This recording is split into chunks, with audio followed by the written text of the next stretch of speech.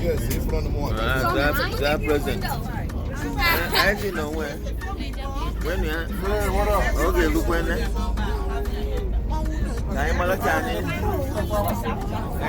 right. Well, 2.6. Kaya Malakara went to a ding.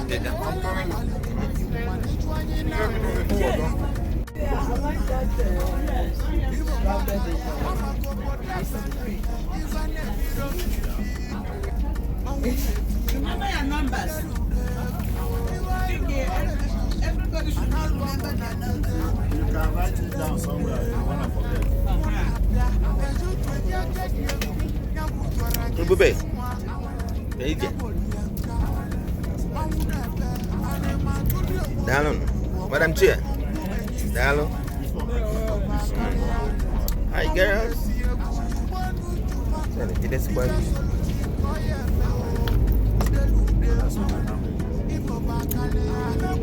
I didn't know when.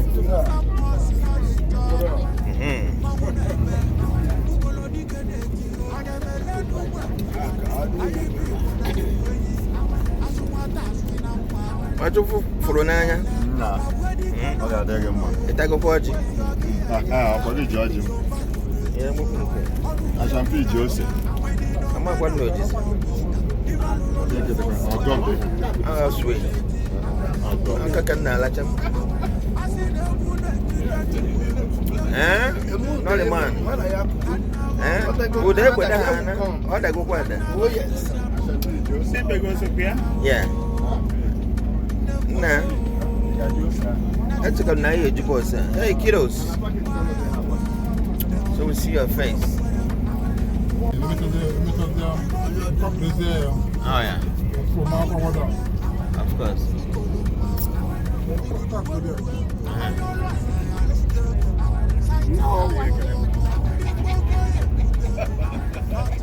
Yeah, the man.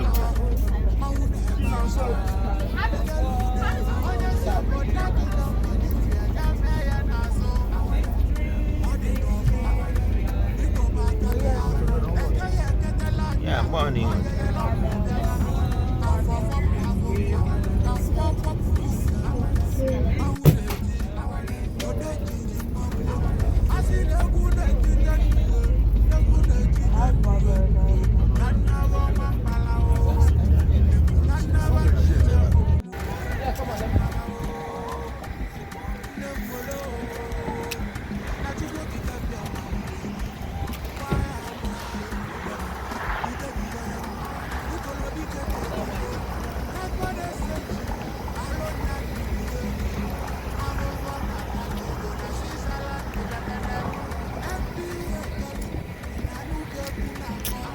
Little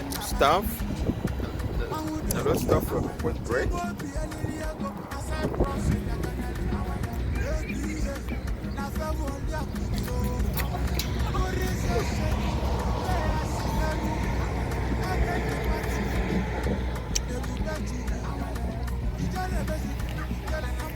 Yes.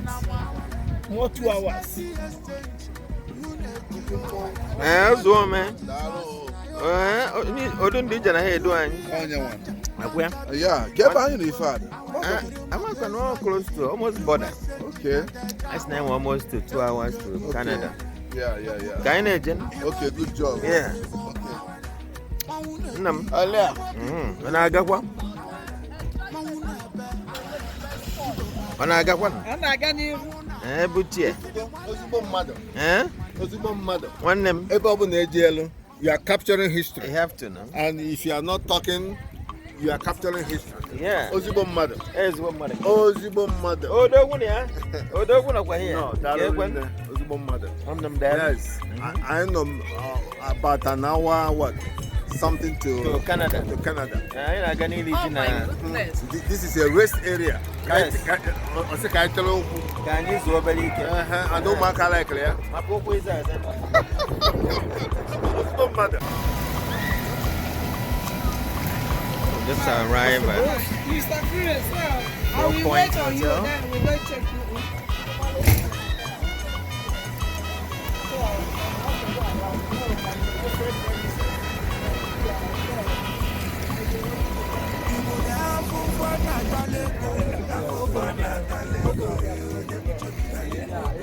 Una, ke kwan?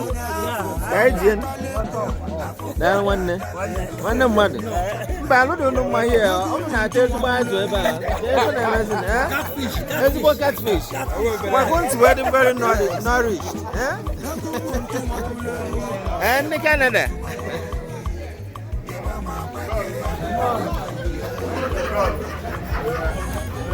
Ndị Canada o. Ke one? Asị na alụ amakacha unu. Ezigbo oyi. Chọrọ na isi wata.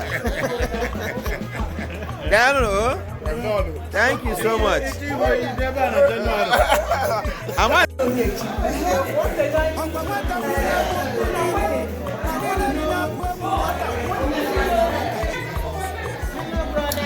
Nne m, ka unu mana m good. Ka ejien. Daalụ. Nne, ka unu.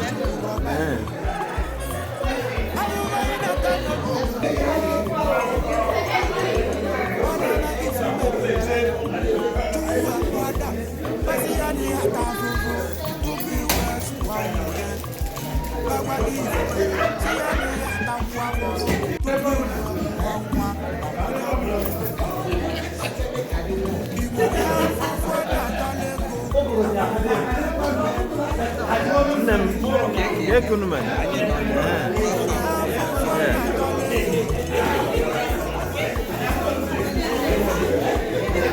Kekwan, daalụ. Daalụ.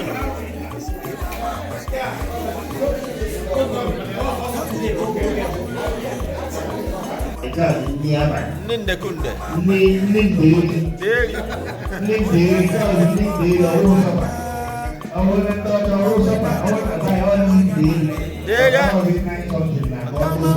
Na-aga mmadụ. Achapi. Ọ na-aga mmadụ. Ozu ome. Ọ na-aga mmadụ. Na-asụ unu ma abịa. Anyị na-ekele Chineke na n'okporo ụzọ ruere otu.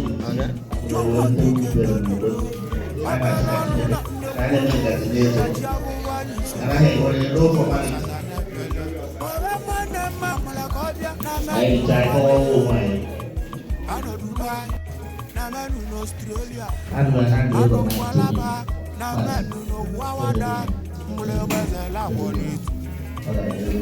Eze nne ya. Ọ gwa nnukwu mmadụ bụ ike. Anyị ekene. Unu ebu ike nọ. Akwụna ebe anyị na-achọ ije gị ọgọ.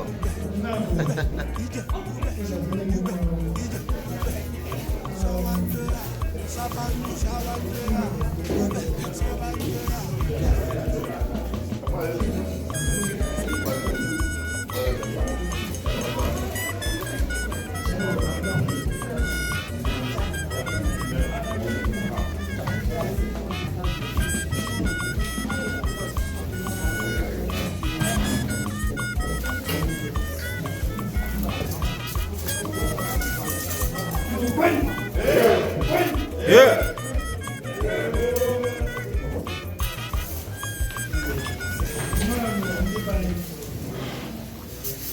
Welcome. Thank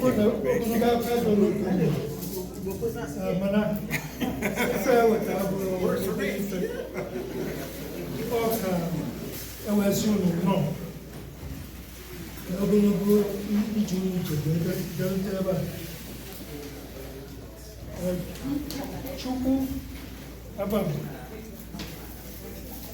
when's I am in Winnipeg. None. No. I can let you come. I'm a non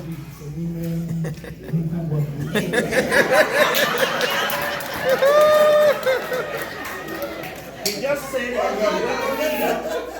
know very well you bring a long far distance down here. To bring us safely, yeah? Safely. He's part of the family now. No, actually I've been here a couple of times, but not with all the construction. They're just thanking you for bringing us safely. Yeah.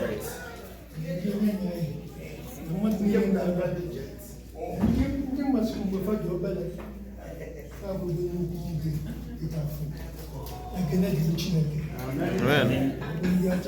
All glory, honor, and praise to Him. Amen. If I would, I don't feel more gay film to the kitchen.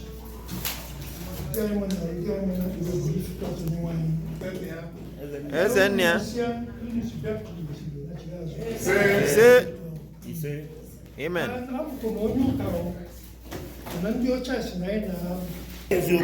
Eziokwu. Ejiri gba iwu onye ọcha.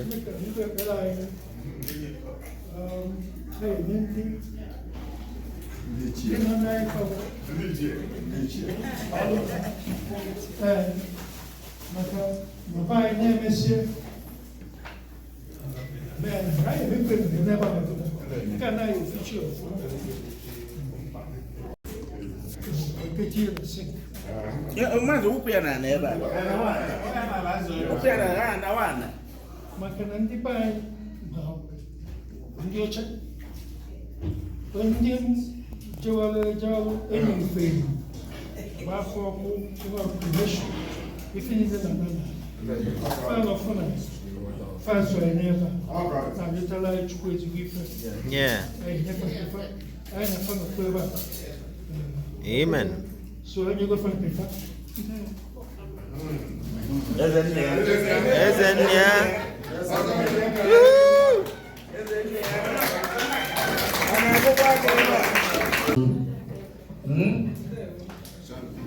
Kakwa nkuri Umunna ruoni na sota na okuwe bosi be. Ajilu no. Kaka eji na batu. Umunna Umunna. Hey. Umunna. Hey. Umunna. Yeah. Bien. Yeah. Mon. Yeah. Zonu. Yeah. Minnesota. Umunna. Yeah. Umunna. Yeah. Umunna. Yeah. Bien. Yeah. Zonu. Yeah. One. Yeah. Majidano. Kaisi kuna izo aro ya wande mwani. Habi mwoge. So, site na bara Chineke anyị rutere ebe a n'udo. Ndị ụmụnna anyị nọkwa n'ihe. A na-eji obi ọma na-anabata anyị mgbe ọbụla anyị bịara. We always appreciate you all. So, appreciate you all because you're all so far away from here. So, unu ahụla ihe mere here. So, mgbagha a ga-agarụ n'ụlọ si ga-agwakwa ndị Umunne Cultural Association of Minnesota that lekwa ihe anyị bịakwutere ebe a. So anyị ga-ezikọ ozi eziri ha.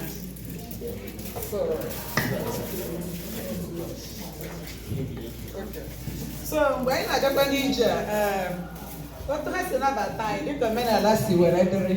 Then ọ nwekwara ozi ndị Umunne Cultural Association of Minnesota sikwa ka ezie ha nwa. So ugbu a m ga-ewepụta ihe anyị ji were bịa gosi ha.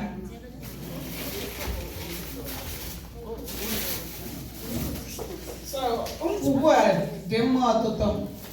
So ịchọ ngwugwu a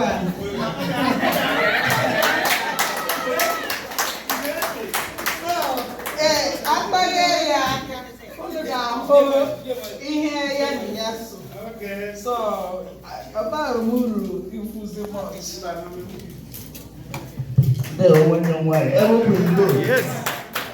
President Umunna Minnesota.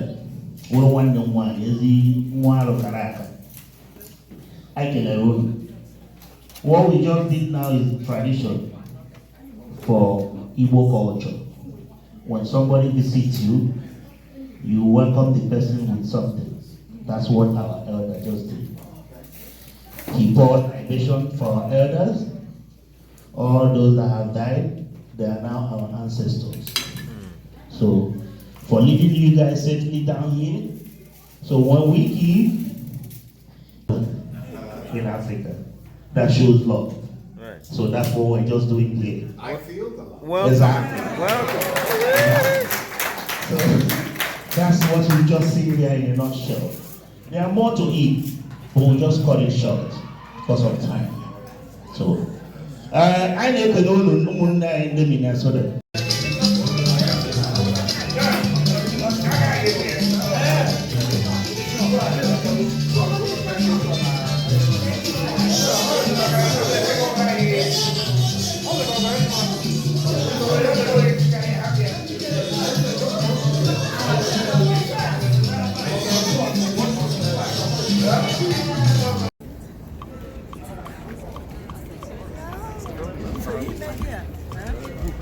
I don't remember how we did it before.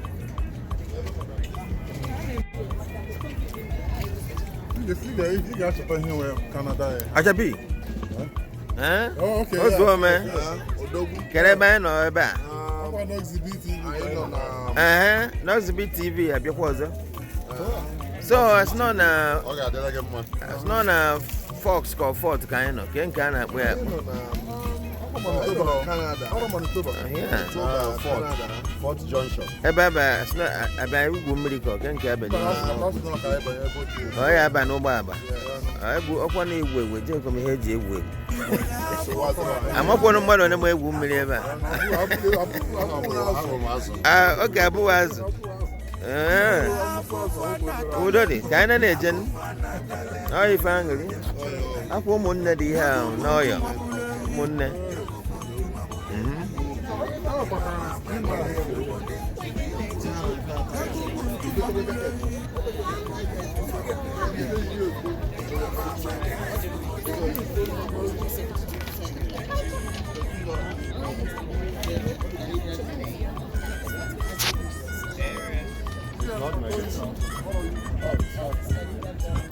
Griffin name, eh? That was, I don't know what happened to be going to lead. This is Manitoba Canada. On the boat ride.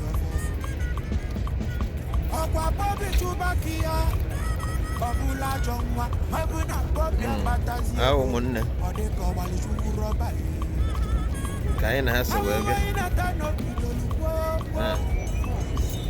So, Kaina Manaka Manitoba. And I know that Manitoba is nice to us. I don't know.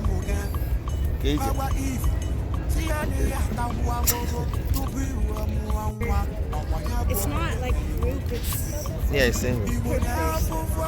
How much is per person? If you're under 3, it's free. How is that fair? I'm 3 now. It can be 3 now. I'm 3. $13. They do by age? Yeah, 4 to 8. By age.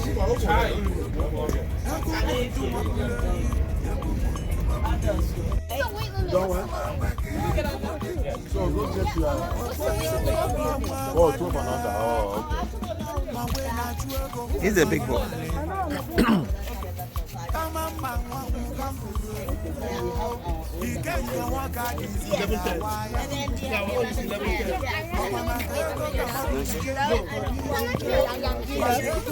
Oh yeah, let's see.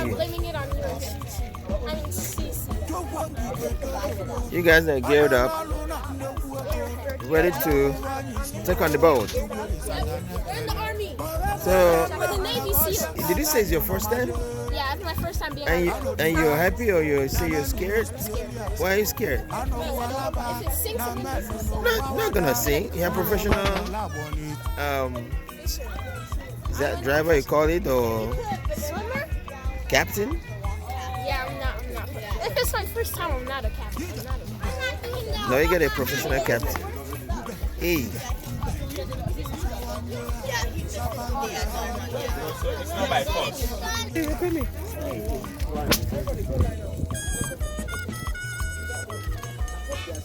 You know, so in the dark.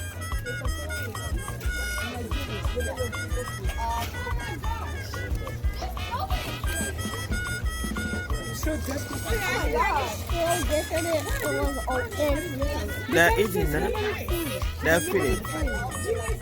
It's limited fat. It's limited food.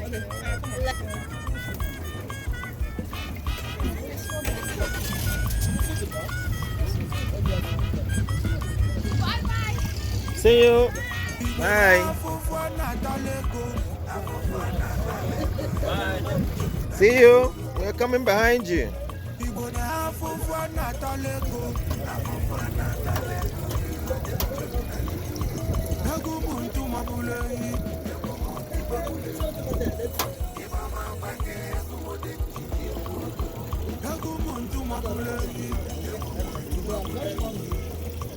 I find that you want to hear you. I find that you hear you.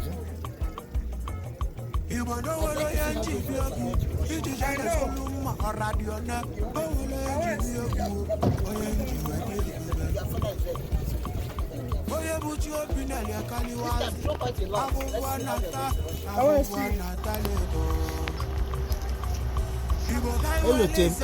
boss. Omo post na it is me. Ever I get my answer. My sister's husband. Or maybe. Oh, maybe. Opposite it is me. My uncle made.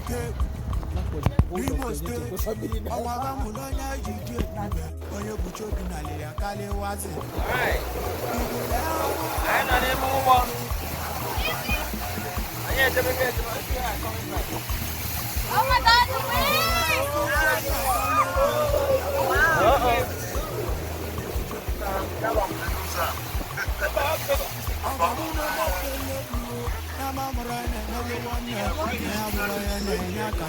The waves.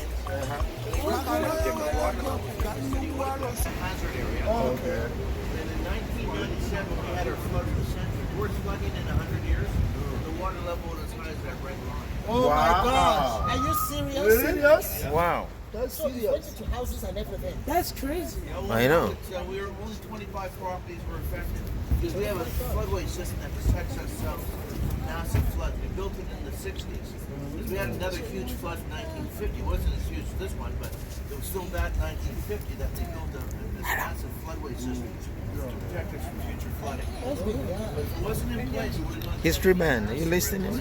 Wow. So Winnipeg is built at the bottom of a floodplain. So we're always prone to flooding all the time. See the mud that silt that's built up just this year on the rocks. It's constantly flooding. Wow. This is something we have to live with in our city. Constantly flooded. If you blogger.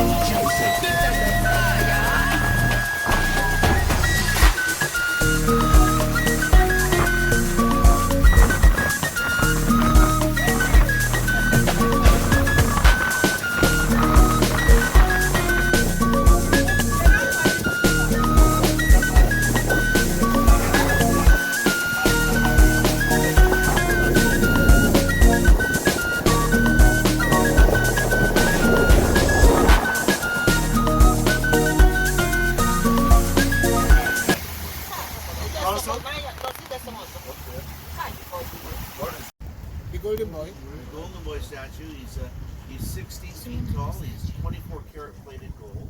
Are you kidding? Are we going there today? Yeah. Oh, good. And he points to the north, representing the economic prosperity of the northern part of the province. And he carries a wreath of grain in his left hand, representing. Actually, they're French. Yeah, Wow. the British showed up. That was 1822, and the French were here maybe about 1780 or something like that. So they've both been here for a very long time. And down below the statue of a man called Iri-ji. A lot of history here. So it's an old. We're observing it. Manitoba is very old. Where did they first settle when they got here? Pardon me? Where did they first settle when they got here? See you next. Yes.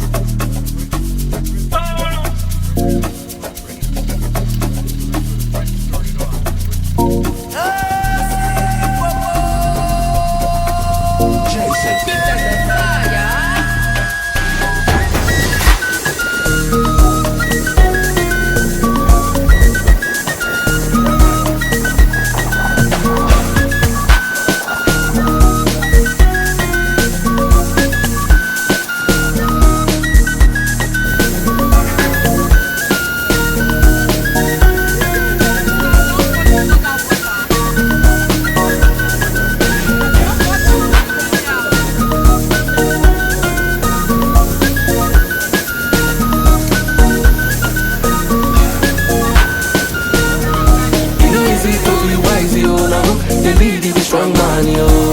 See as them they look, yo. All eyes for me like a two-pack, yo.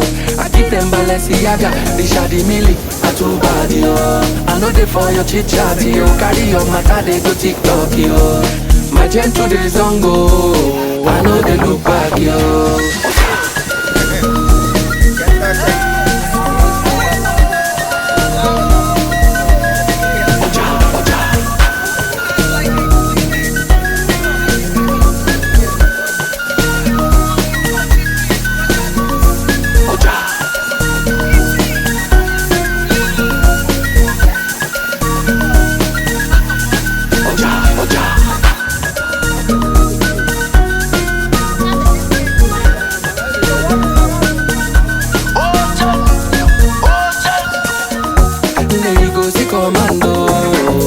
When I land, there you go, see commando. I don't land, there you go, see commando. When we land, there you go, see commando. We don't land, I go.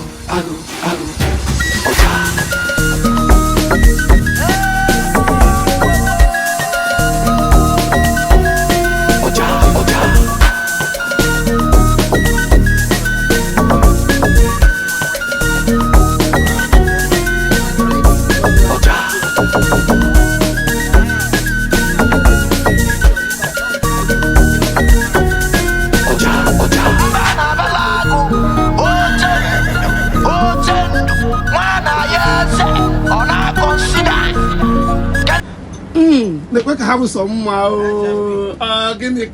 hey, I think in actually I Zulu ever. It's only yes I wanna.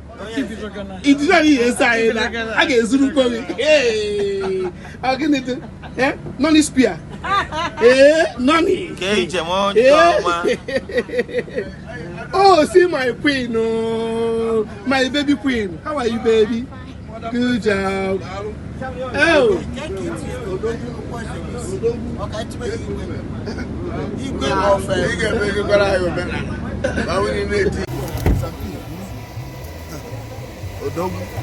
Una adena corona de. I champagne on where? Can I come on? Madam President. Una Makacha. I don't know. If that blue guy is a problem, I will call someone. So this guy. Welcome. Thank you. Now I pay for Ghana, man. You go first in Canada. I buy no kita.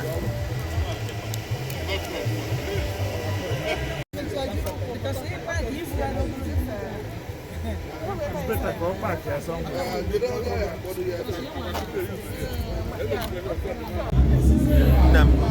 Yeah, one. I have your photo.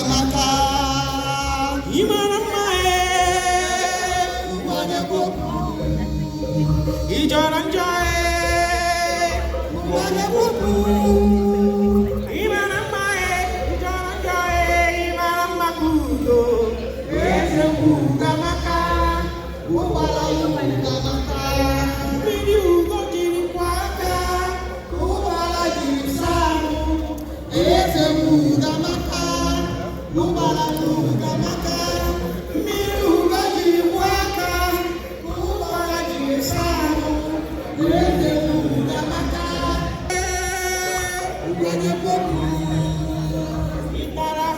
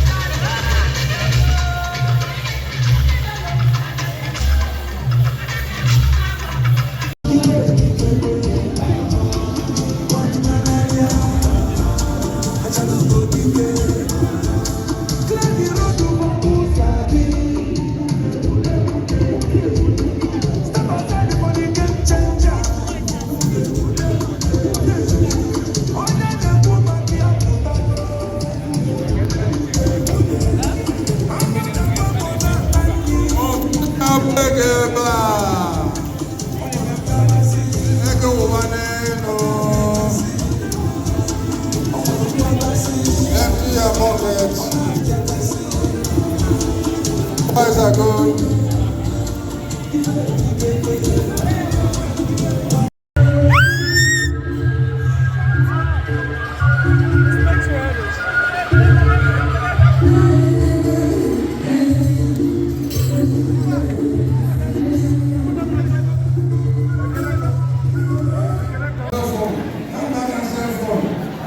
Somebody is looking for a handbag and cell phone. Please, if you find it, bring it to the table here so that we can facilitate it. Thank you very much. Handbag and cell phone. Now we might invite Dr. Chamampo. Dr. Chamampo, are you around? Where are you? Dr. Chamampo, please.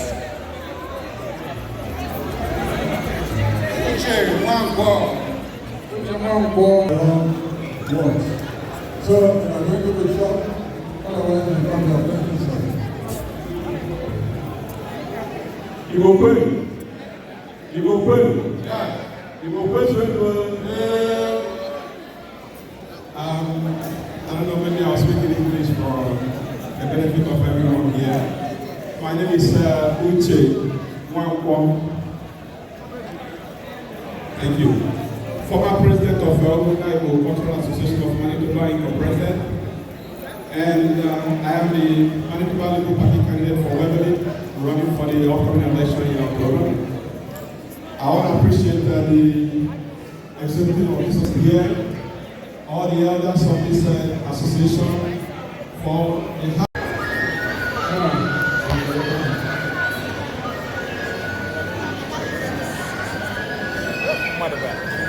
Umunna. Hello. Hey.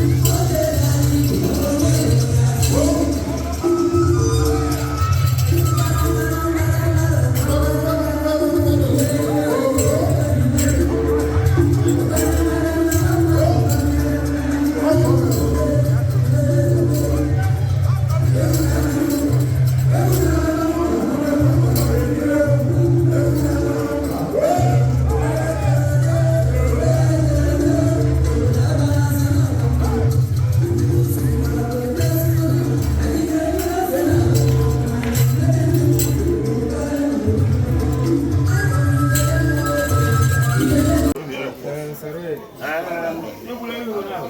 right now I know the chairman Umunne Manitoba Canada. As go man. Go nya new tutu. Before I work abruba. I get middle banana. Oh yes. I got my in between.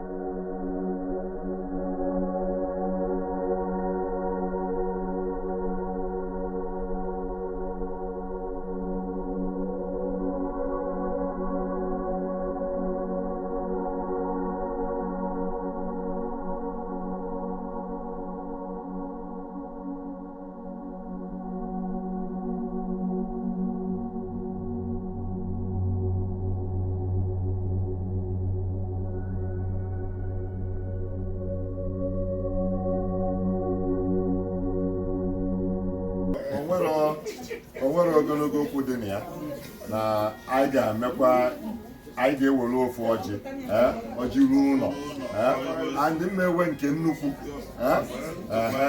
mmewe nọ nke nnukwu ka ọ ha were okwu o wee zuo anyị so ọjị ruo ụlọ ka o kwuo ọjị eze dịkwa eze n'aka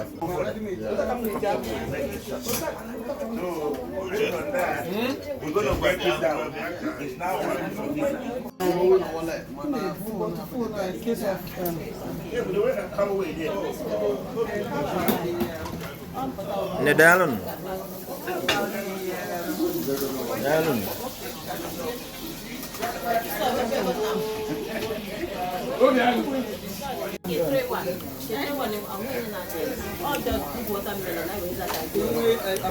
Mwa kana kwa mono. Dalun mwa yan. Neno. Dalun. Ona na emekosira anyi umu ife. Dalun arizon. Ndị Manitoba unu akarịkwa mmadụ. Ala ke mfonse emeka nwanne. Dalun. Unu ka men shot. Dalun. Akene m unu.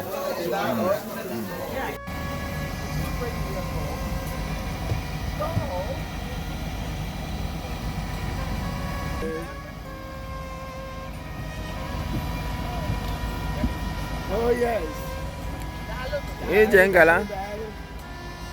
Baisian, kaigaba. The time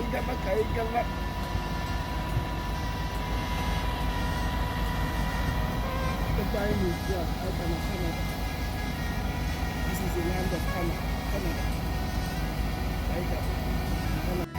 Canada. Una ka nọ n'ime from Manitoba back to Minnesota. The chairman himself. Presido.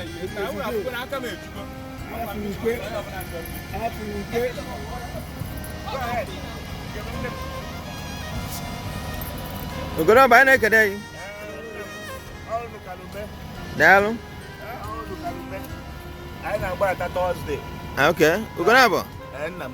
Ka ekene gị. Ndewo nnam, isi n'ike. Biko kere nwere ike ịgwa ndị Minnesota ụmụnne. Onwekwa ihe ọzọ m ekwu na anyị na unu adị ka Chineke ya agọzi unu. Okwu unu ji bịa ka unu ga-eji wee nachi ya. Ise. O nweghị ihe eme unu n'ụzọ. Ise. Okporo ụzọ ya ehibere unu isi. Ise. Ise. Nọ n'ihu ọ na-eme n'azụ, nọ n'azụ ọ na-eme n'ihu. Ise. O nwere otu ọ ya esi metụta unu. Chacha. Ihe anyị bịara obodo a ịchọ ihe anyị na-eri, anyị akụtakwana ya n'aha Jizọs. Amen. Ụmụnne na Minnesota na igwe anyị na-ekele unu. Maka unu emeka. Anyị na-asị unu ka wee mana unu mere 90%. So anyị na-asị unu tụrụ ugo jidenu ka unu ji onye asị ya jide ka o ji ihe ọ na-eme dị mma biko jidenu ka unu ji unu jidekwa ka unu ji maka onye sicha ahụ onye ọhụhụ onye napụrụ ya mazimanye nye ndị mmụọ anyị sichara unu anapụ anyị rie igosi na ọ nnabata o ji wee wonu ụtụrụ ha na-agba nkụtụkọ daalụ nna daalụ nna daalụ we'll wrap it up here. We're back to Minnesota. Iji ụmụnne Minnesota gara ọfụma. Anyị na-asị Chineke dunaba anyị n'udo, ebe ya eduru anyị. Ọ bụ onye kwechi ekwe, anyị kwere na ya analụ n'udo. Anyị ga-afụ.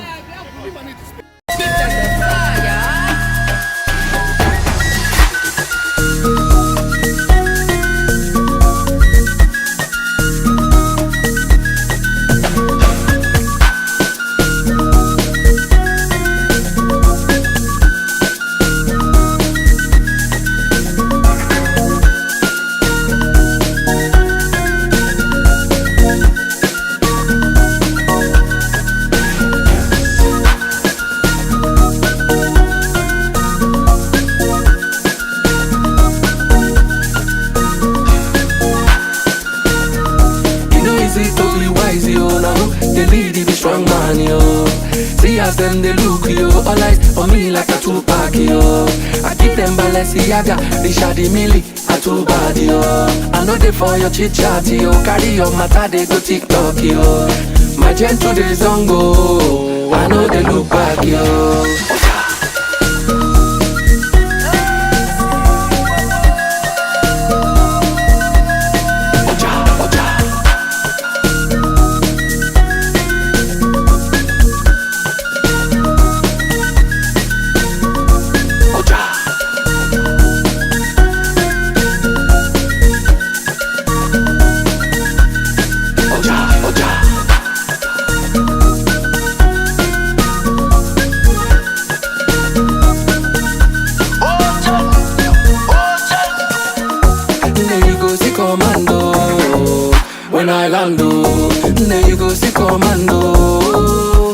don't land, then you go see commando. When we land, then you go see commando. We don't land, I go.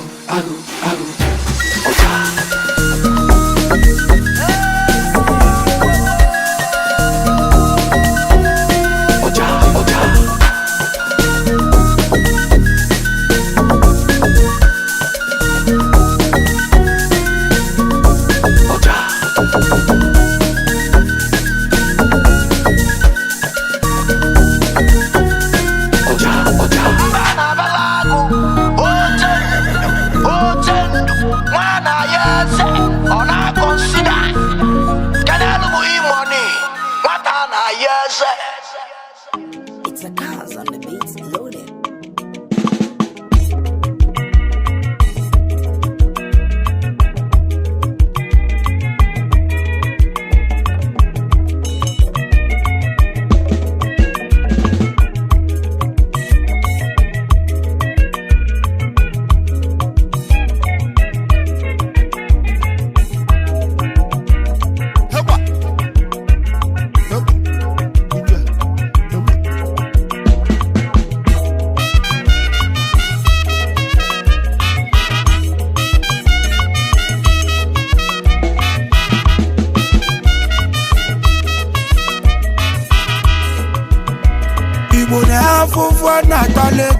Afofana talego, onye buchobi na libu odogu. Igbo na afofana talego, onye buchobi na libu odogu. Egu muntu mabuleyi, Iba makweke, egu modenjiji egu odogu.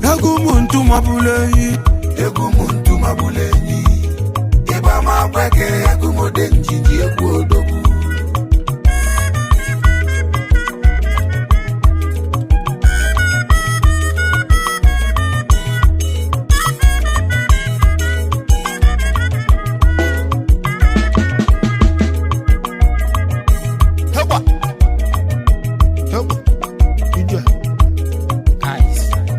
Okwa nwata bula gwo bulilo, manilo di na gwo bu nwata nyabo na nwata ji ofo.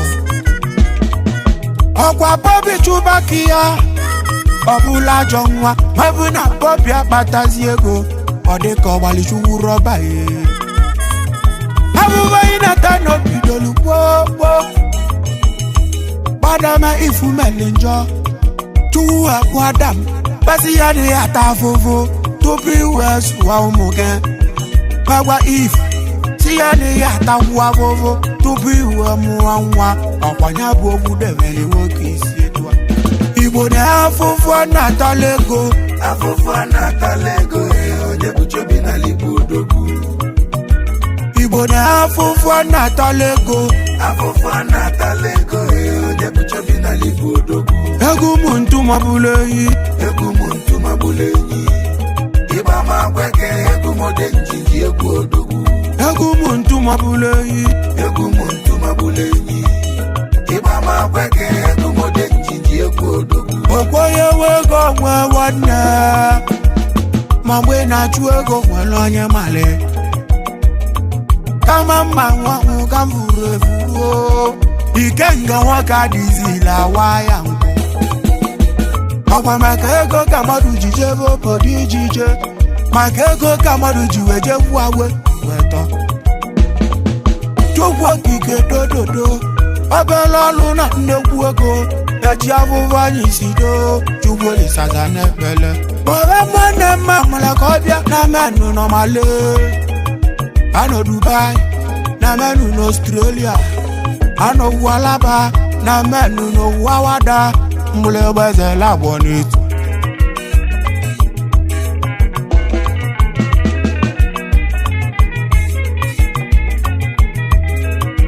Ije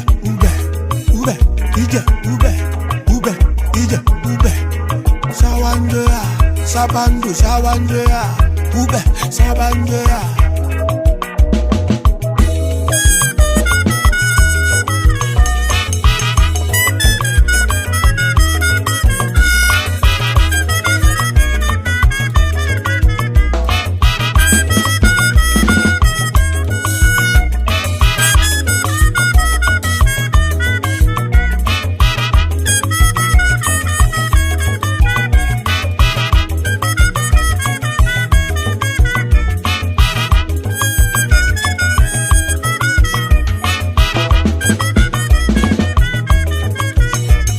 Igbo na-afụfụ na-atala ego. Afụfụ na-atala ego, onye bụ chobi na Igbo odogwu. Igbo na-afụfụ na-atala ego. Afụfụ na-atala ego, onye bụ chobi na Igbo odogwu. Ego m ntụ mabụlụ enyi. Ego m ntụ mabụlụ enyi. Ịgba ma gbake, ego m ode njiji egwu odogwu. Ego m ntụ mabụlụ enyi. Ego m ntụ mabụlụ enyi.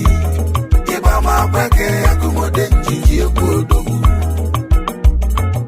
Igbo n'onwere onye njibi egwu ijije na-esolu mma ọra dị one. Onwere onye njibi egwu onye nji wee dị egwu.